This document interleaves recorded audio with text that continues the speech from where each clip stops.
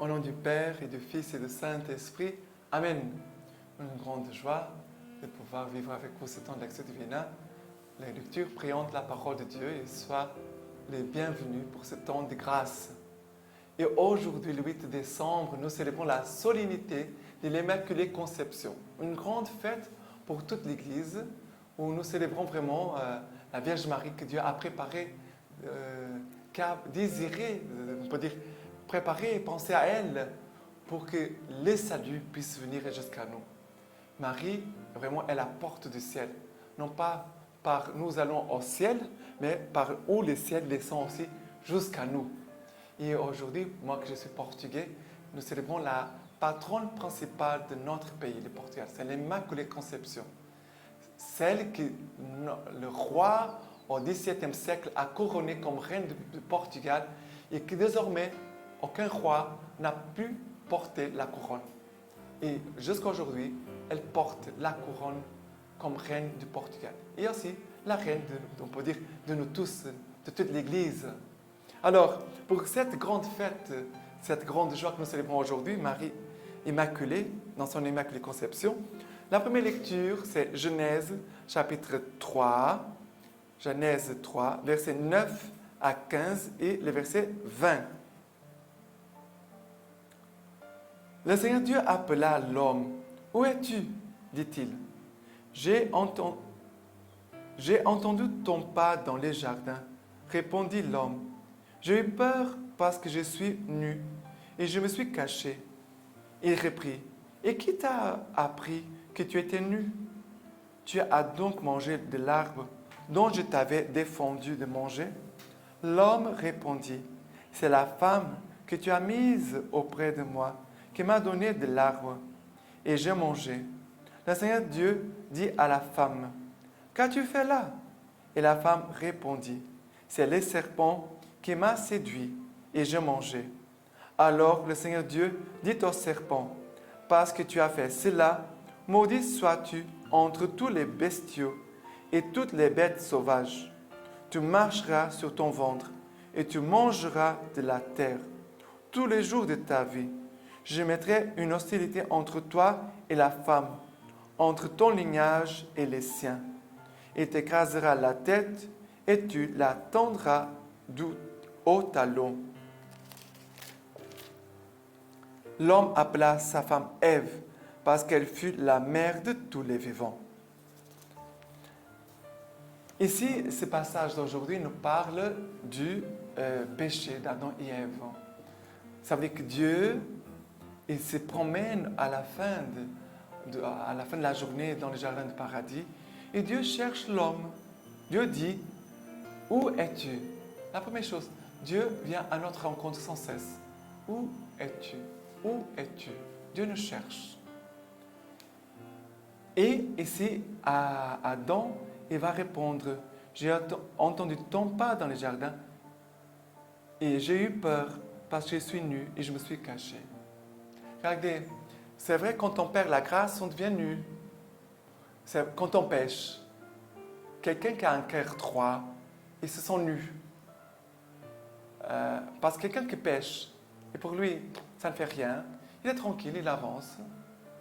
Ça veut dire que cette personne n'a pas conscience vraiment du péché.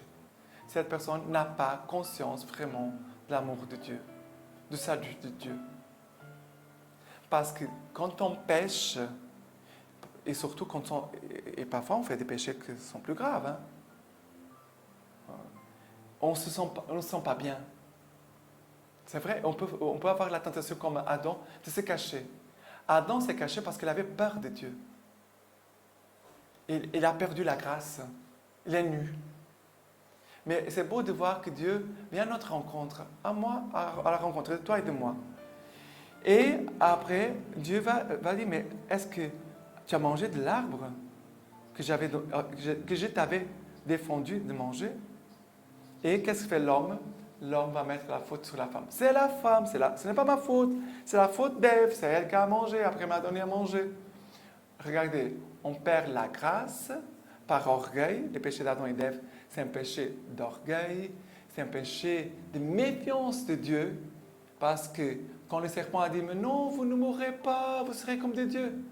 Vos yeux s'ouvriront. Regardez, il a l'orgueil, il a la méfiance, alors Dieu ne nous aime pas, Dieu ne voulait pas nous laisser avoir la connaissance comme lui il a. Alors, péché de orgueil, péché de méfiance de Dieu, ça veut dire manque de confiance en Dieu, il se cache aussi après. Et aussi le péché de désobéissance. Tout cela est ici.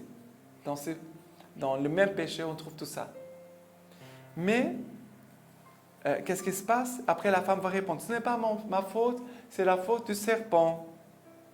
Regardez comment ça se passe. On n'avoue pas notre péché, on va toujours mettre les fautes sur les autres. Et c'est toujours la tentation. Il faut l'humilité vraiment, et le courage, parfois de l'humilité, pour avouer ses péchés, dire, voilà, vraiment j'ai péché. J'ai péché, c'est ma faute, c'est ma responsabilité. Voilà, j'avoue ma responsabilité. Et souvent on ment, on commence à mentir pour se cacher. Faites très attention, c'est très dangereux. Parce que tout ce qu'on cache, qui n'est pas dans la lumière, les démons viennent nous attaquer. Tard ou tôt, tout ce qui est caché dans l'obscurité, qu'on ne montre pas dans la lumière, les démons viendront nous attaquer. Et un jour, ces choses peut-être vont revenir à la lumière, mais pas d'une bonne façon. Ça veut dire que les scandales qu'on voit parfois, c'est ça. Des choses qu'on a cachées, d'un coup ça va se découvrir. Il y a des gens qui ont fait des scandales. Et souvent, quand on voit ça au niveau de l'Église, c'est triste. Parce qu'il y a des gens qui, aujourd'hui, cherchent de petites choses, moindres de choses, pour salir l'image de l'Église. Et l'Église, c'est notre mère. L'Église, c'est une image. La Vierge Marie, c'est l'image de l'Église aussi, immaculée, qu'on doit beaucoup respecter. Et après, Dieu va dire au serpent, parce que tu as fait cela, maudit sois-tu entre tous les bestiaux et toutes les bêtes sauvages. Tu marcheras sur ton ventre et tu mangeras de la terre. Tous les jours de ta vie, je mettrai une hostilité entre toi et la femme. Maintenant, très important. Je mettrai une hostilité entre toi et la femme, entre ton lignage et les siens. Tu écraseras il t'écrasera la tête et tu l'atteindras tout à l'heure. Ça veut dire qu'ici, déjà, il y a une prophétie par rapport à Marie, l'Ève nouvelle. Marie, elle lève nouvelle. La Ève nouvelle. D'accord? Ça veut dire que Dieu il donne déjà à la Vierge Marie comme quelqu'un qui viendra aussi pour écraser la tête du serpent. Et dans le combat spirituel, on doit beaucoup invoquer la Vierge Marie. Invoquer la présence, l'action de la Vierge Marie. C'est pour ça qu'on doit avoir, chaque jour de notre vie, on doit prier la Vierge Marie pour qu'elle puisse ouvrir les chemins devant nous, qu'elle nous protège et nous garde de tout péché, pour que nous soyons comme elle, immaculés. Ça veut dire que les péchés ne viennent pas salir nos vestes de notre baptême.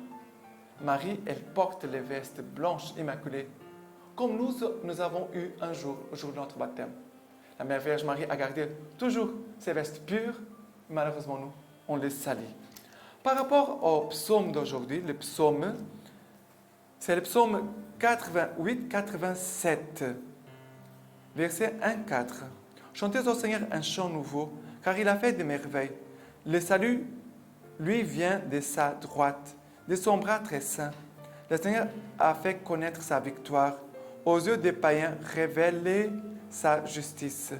Se rappelant son amour et sa fidélité pour la maison d'Israël. Tous les lointains de la terre ont vu le salut de notre Dieu. Acclamez le Seigneur toute la terre, éclatez en cris de joie. Ici, c'est une invitation. Chantez au Seigneur un chant nouveau, car il a fait des merveilles. Le salut lui vient de sa gloire, de son bras très saint. La Vierge Marie, regardez, elle chante ça parce qu'elle sait qu'elle n'a pas aucun mérite. Elle dit, ce que je vis, c'est par la grâce de Dieu. Et c'est pour la gloire de Dieu. Ce que je vis comme grâce, voilà, je pense que Marie se rendait compte qu'elle ne faisait pas de péché. Et regardez, Marie, ce n'était pas comme un robot, faire les choses automatiques, comme si elle avait été programmée pour ne pas pécher. Non, Marie collaborait de sa volonté pour ne pas pécher.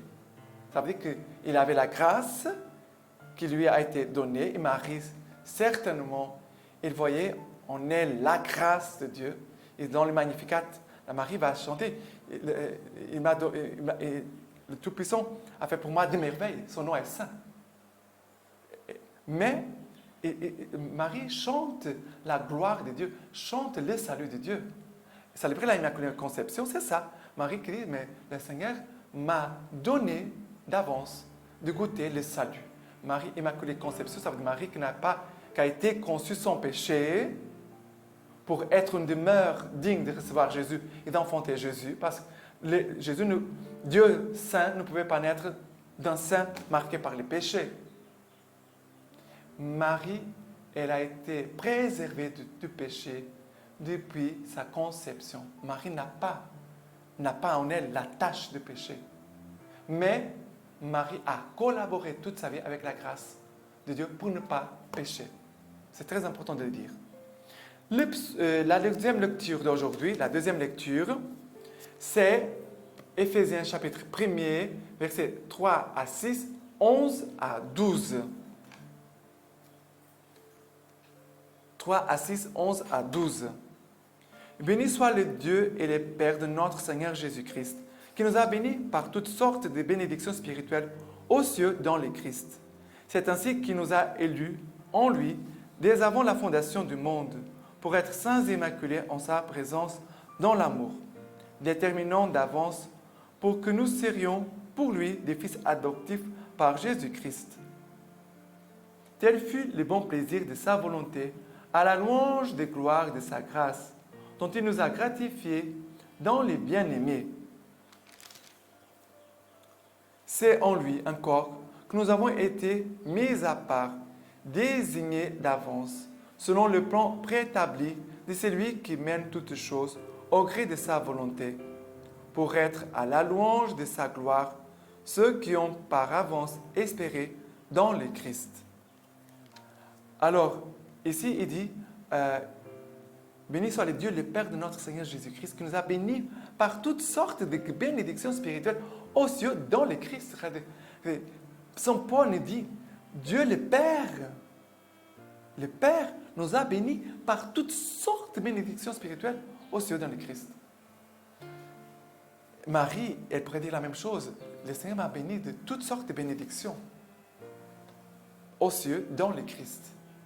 Marie reçoit cette grâce d'être immaculée, ça veut dire de ne pas avoir de péché, parce qu'il reçoit déjà de la résurrection. Jésus, par sa résurrection, sa passion, mort et résurrection, Jésus a effacé nos péchés.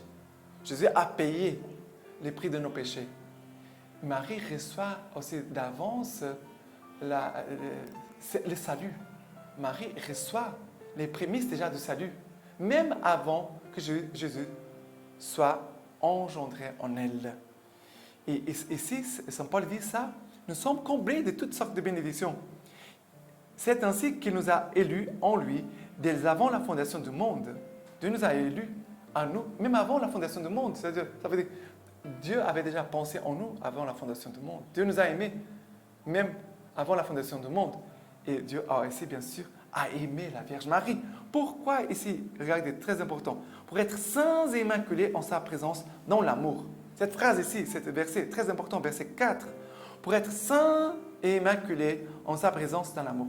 La Vierge Marie, on la voit en elle vraiment. Elle est sainte, immaculée en sa présence dans l'amour. Mais nous sommes appelés à imiter, à devenir comme Marie. À être saints et immaculés en sa présence dans l'amour. Dans l'amour. Regardez qu'ici, c'est l'œuvre de Dieu, l'œuvre de son amour pour nous. Ok? Très important. Et l'évangile d'aujourd'hui, c'est Luc chapitre 1, versets 26 à 38.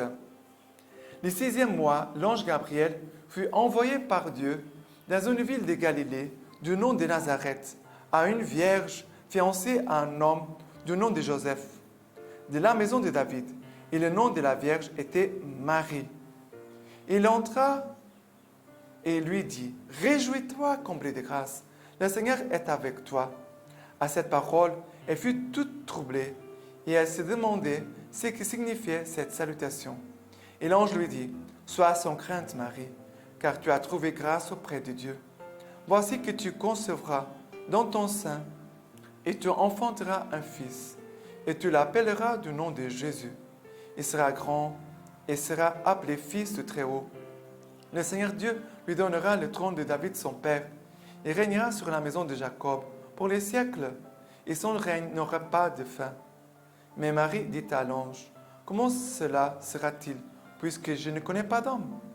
L'ange lui répondit, l'Esprit Saint viendra sur toi et la puissance du Très-Haut te prendra sur ton ombre. C'est pourquoi l'être saint qui naîtra sera appelé Fils de Dieu. Et voici qu'Élisabeth, ta parenté, vient elle aussi de concevoir un fils dans sa vieillesse. Et elle en est à son 6e mois, et qu'on en a appelé la stérile, car rien n'est impossible à Dieu. Marie dit alors, je suis la servante du Seigneur, qu'il m'advienne selon ta parole. Et l'ange la quitta. Et regardez, ici, on trouve ces versets, car rien n'est impossible à Dieu. Pour les hommes, ce serait impossible, et pour la Vierge Marie, ce serait impossible qu'elle soit immaculée conception, ça veut dire d'avoir été conçue sans péché. Ce serait impossible. Mais comme rien, c'est impossible à Dieu, Dieu a fait que Marie est née sans péché. Voilà, c'est un mystère de notre foi, mais c'est vrai que si Dieu nous dit que rien n'est impossible pour lui, pourquoi je vais douter? Parce que parfois, il y a des chrétiens et des personnes, parfois, qui ne croient pas que Marie a été vierge toute sa vie. Parce que l'Immaculée Conception, c'est ça. Marie, regardez, elle n'a pas eu de péché, elle a été conçue sans péché quand elle est née comme un bébé, elle n'avait pas de péché, mais aussi Marie qui a été vierge avant, pendant et après la naissance de Jésus. Marie, elle est immaculée, elle n'a pas de péché, elle n'a pas de tâche. C'est très important, regardez, parce que sinon, on doit faire confiance à ce que l'Église, notre mère, nous enseigne. L'Église nous transmet un dogme. Immaculée Conception, c'est un dogme, mais qui vient de la foi. Et si tu doutes, s'il y a quelqu'un qui doute des dogmes de notre foi, après il va douter de tout. Si je doute des dogmes que l'Église, pendant des siècles, a prié, a discerné, a écouté l'Esprit Saint, c'est moi, je vais oser douter. Après, tu vas perdre la foi. Tu vas commencer à douter des choses. Petites choses. Et après, tu vas douter de la foi. Et tu vas perdre la foi. Si je ne comprends pas, je peux dire, Seigneur, je ne comprends pas très bien. Mais je fais confiance. Je crois. Et la chose qui me touche beaucoup aujourd'hui, c'est l'ange, il entre, il parle à la Vierge Marie. Il fait connaître à la Vierge Marie le projet de Dieu. Quelle est la volonté de Dieu pour toi, Vierge Marie? Certainement, il dit, Seigneur, mais quelle est ta volonté? J'ai des projets, j'ai des choses dans mon cœur. Mais quel est ton projet? Quelle est ta volonté, Seigneur? Que veux-tu de moi? Marie s'est laissée conduire. Marie, c'est la femme docile à l'Esprit Saint, qui se laisse conduire pour faire la volonté de Dieu. Ici, c'est la volonté de Dieu qui s'accomplit en Marie. Et elle a dit, oui, j'accepte, je veux bien faire la volonté de Dieu. Que tout m'advienne selon ta parole. Je suis là pour accomplir ta parole. La foi, Dieu qui vient à notre rencontre, Marie qui répond avec foi. Que tout ça me soit fait selon ta parole, non pas ma parole. Ok? Et la lecture patristique d'aujourd'hui, c'est de Saint Anselme, prière à Marie. Les ciels et les astres, la terre et les fleuves, le jour et la nuit, et tout ce qui obéit ou sert à l'homme, se félicite d'être par toi, ô Notre-Dame, rendue en quelque sorte à sa beauté première, et même dotée d'une grâce nouvelle et ineffable. Par la plénitude de ta grâce, Marie, les êtres retenus en enfer se réjouissent d'être libérés, et les créatures au-delà du ciel d'être restaurées. Oui, c'est bien par ce glorieux Fils de ta glorieuse virginité que tous les justes disparus avant sa mort, vivifiante, exultent de voir la fin de leur captivité et les anges le relèvement de leur cité à moitié détruite. Ô femmes, remplies et plus que remplies de grâce, dont la surabondance de surabondante plénitude, se répand sur toute la création pour la rétablir. Toute la création est l'œuvre de Dieu et Dieu est né de Marie. Dieu a tout créé et Marie a enfanté Dieu. Dieu qui a tout formé s'est formé lui-même du sein de Marie et ainsi il a refait tout ce qu'il avait fait. Lui qui a pu tout faire de rien n'a pas voulu refaire sans Marie sa création détruite. Dieu est donc le Père de toutes les choses créées et Marie, la mère de toutes les choses recréées. Dieu est le Père de la création nouvelle et Marie, la mère de la rédemption universelle. Car Dieu a engendré celui par qui tout a été fait. Et Marie a enfanté celui par qui tout a été sauvé. Dieu a engendré celui sans qui absolument rien n'existe. Et Marie a enfanté celui sans qui absolument rien n'est bon. Oui, le Seigneur est vraiment avec toi. C'est beau. Oui, le Seigneur est vraiment avec toi. Il t'a fait un don tel que la nature entière t'est grandement redevable à toi en même temps qu'à lui. C'est beau, ce texte Saint Anselme. Prière à Marie. Et maintenant, je vous laisse la bénédiction par l'intercession de la Vierge Immaculée. Que Dieu Tout-Puissant vous bénisse et vous garde, le Père, le Fils et le Saint-Esprit. Amen.